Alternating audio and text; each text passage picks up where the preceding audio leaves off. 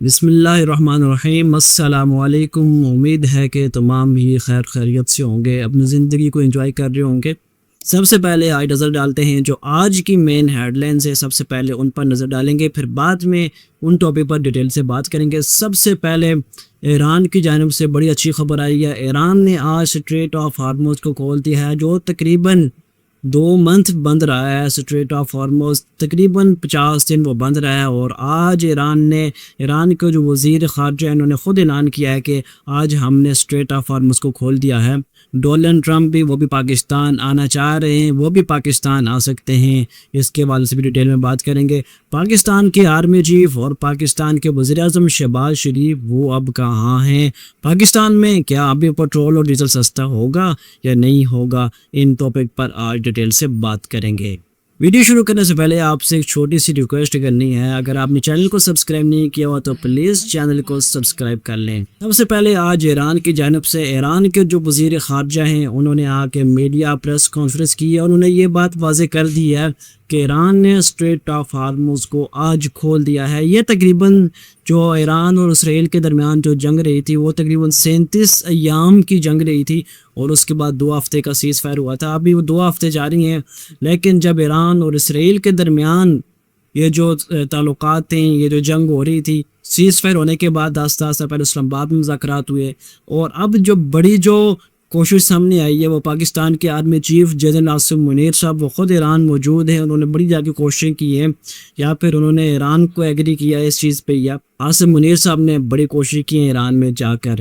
اور آج جو ایران کے جو وزیر خارجہ ہیں انہوں نے خود اس چیز کو واضح کیا ہے کہ جو اسٹریٹ آف ہارموز تھا وہ آج ہم نے کھول دیا ہے۔ اب کوئی بھی، چاہے وہ امریکہ کا جہاز ہے، چاہے وہ پاکستان کا، چاہے وہ انڈیا کا، چاہے وہ چین کا، اب جتنے بھی جہاز جیسی وہ پہلے معمولات زندگی تھی، اب اسی طرح کی زندگی دوبارہ سے شروع ہونے جا رہی ہے۔ اور ایران نے اس بات کو بھی واضح کیا ہے کہ ہم نے اسٹریٹ آف ہارموز کو اس لیے کھولا ہے، لبنان اور اسرائیل کے درمیان بھی سیز فائر ہو چکا ہے، اور ہم نے اس لیے آج اسٹریٹ آف ہارموز کو کھول دیا ہے۔ اب اس سے ہوگا کیا کہ جو پاکستان میں جو پیٹرول کی قیمتیں ہیں وہ بھی کم ہونی چاہیے۔ ابھی کوئی خبر نہیں آئی، کوئی تصدیق نہیں ہے کہ پیٹرول کی قیمتیں پاکستان میں کم ہوں گی یا نہیں ہوں گی۔ یہ جب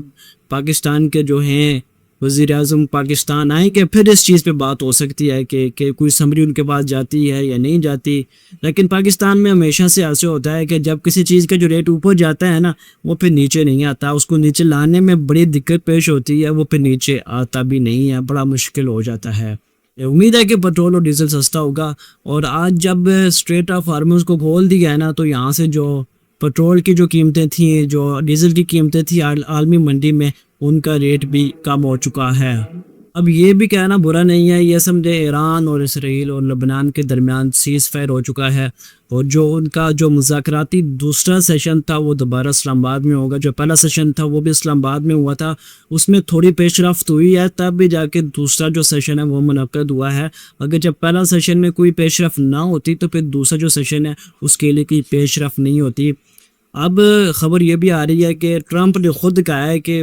ایران اور اسرائیل کے درمیان جب سیز فائر ہو جائے گا میں خود پاکستان آؤں گا، اور اس سیز فائر پہ امریکہ کا جو نائب صدر ہے اس کی دستخط نہیں ہوں گے۔ پھر تو ظاہر ہے جو گیم چینجر ہے، جو ہمیشہ گیم چینجر ہوتے ہیں، جو گیم ڈالتے ہیں پھر گیم چینجر بن جاتے ہیں، ان کا ہی سگنیچر ہوگا۔ اب اس بات کو آپ واضح کر لیں، یہ بات میں ابھی آپ آج کی ویڈیو میں کہہ رہا ہوں، دیکھنا ایسا ہی ہوگا۔ جو صدر ہیں امریکہ کے ڈونلڈ ٹرمپ وہ خود پاکستان آئیں گے، اور ان کو پاکستان میں بڑا پروٹوکول بھی دیا جائے گا، اور پاکستان میں جو ایران اور امریکہ کے درمیان جو دوسرا سیشن ہوگا، بات چیت ساری مکمل ہو چکی ہے، صرف یہاں آئیں گے، ایک ٹیبل پہ بیٹھیں گے، سگنیچر ہوگا، دستخط ہوں گے دونوں فریقین کے، اور پھر بات ختم۔ پھر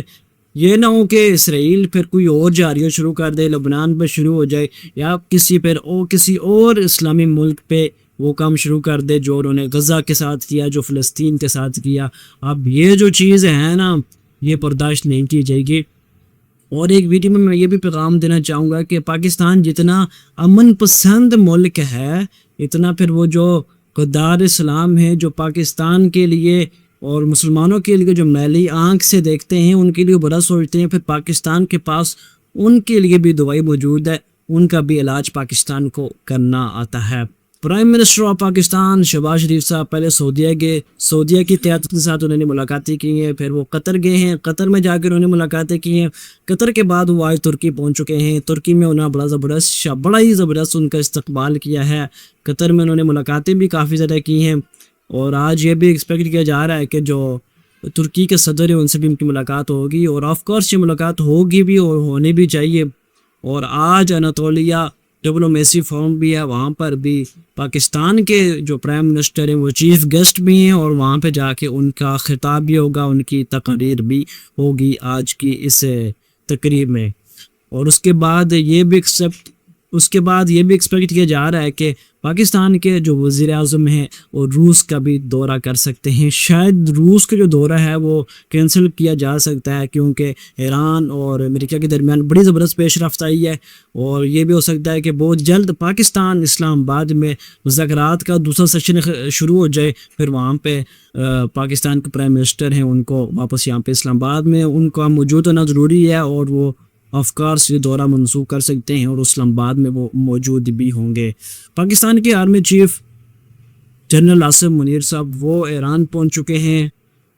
3 دن سے وہ ایران میں موجود ہیں۔ یہ بھی بڑی سوچنے کی بات ہے، ایک طرف ایران میں جنگ ہو رہی ہے، دشمن ایران پر میلی آنکھ دیکھ کر بیٹھا ہوا ہے، ایران پہ نظر رکھ کے بیٹھا ہوا، لیکن وہاں پہ پاکستان کے آرمی چیف موجود ہیں، ان کی جان کو خطرہ بھی تھا، لیکن وہ ایران میں موجود ہیں۔ انہوں نے ایران کی قیادت سے، ایران کے جو صدر ہیں ان سے بھی انہوں نے بڑی زبردست ملاقاتیں کی ہیں۔ ظاہر ہے جب ایک طرف شہباز شریف صاحب گئے ہیں، ایک طرف پاکستان کے آرمی چیف دونوں گئے ہیں، تب بھی جا کے انہوں نے کوئی باتیں شاتیں کی ہیں، ملاقات کی ہیں۔ انہوں نے ایران کا جو وفد تھا، ایران کے صدر سے بھی انہوں نے بڑی اہم ملاقاتیں کی ہیں، یا پھر ایران کو ایگری کیا ہے جنرل آصف منیر صاحب نے، یا پھر ڈونلڈ ٹرمپ خود ہی راضی ہو گئے ہیں۔ جس طرح ایران نے کرارا جواب دیا ہے امریکہ کو، یا پھر یہ بھی بات ہو سکتی ہے۔ اگر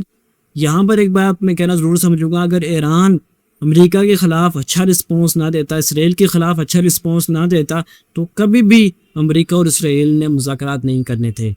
اور ایک طرف آج ٹرمپ نے یہ بات بھی کہی ہے کہ ایران جو ہے، جو ایٹمی پاور پہ کام کر رہا ہے، ایٹمی ہتھیار بنانا چاہتا ہے، وہ کام انہوں نے روک دیا ہے، اور یہ بھی کہا ہے کہ جو ایٹمی طاقت کے لیے جتنا بھی ساز و سامان تھا وہ امریکہ کے حوالے کرے گا ایران۔ یہ بھی آ کہ انہیں سوشل میڈیا پہ شوشہ چھوڑا ہے، لیکن ٹرمپ کی جو بات ہوتی ہے آپ کو پتہ ہے اس میں اتنی سچائی ہوتی نہیں ہے، لوگ اس کی بات کو ویسے بھی سمجھتے نہیں ہیں، اور نہ ہی اس کی بات پہ کوئی کان دھرتا ہے۔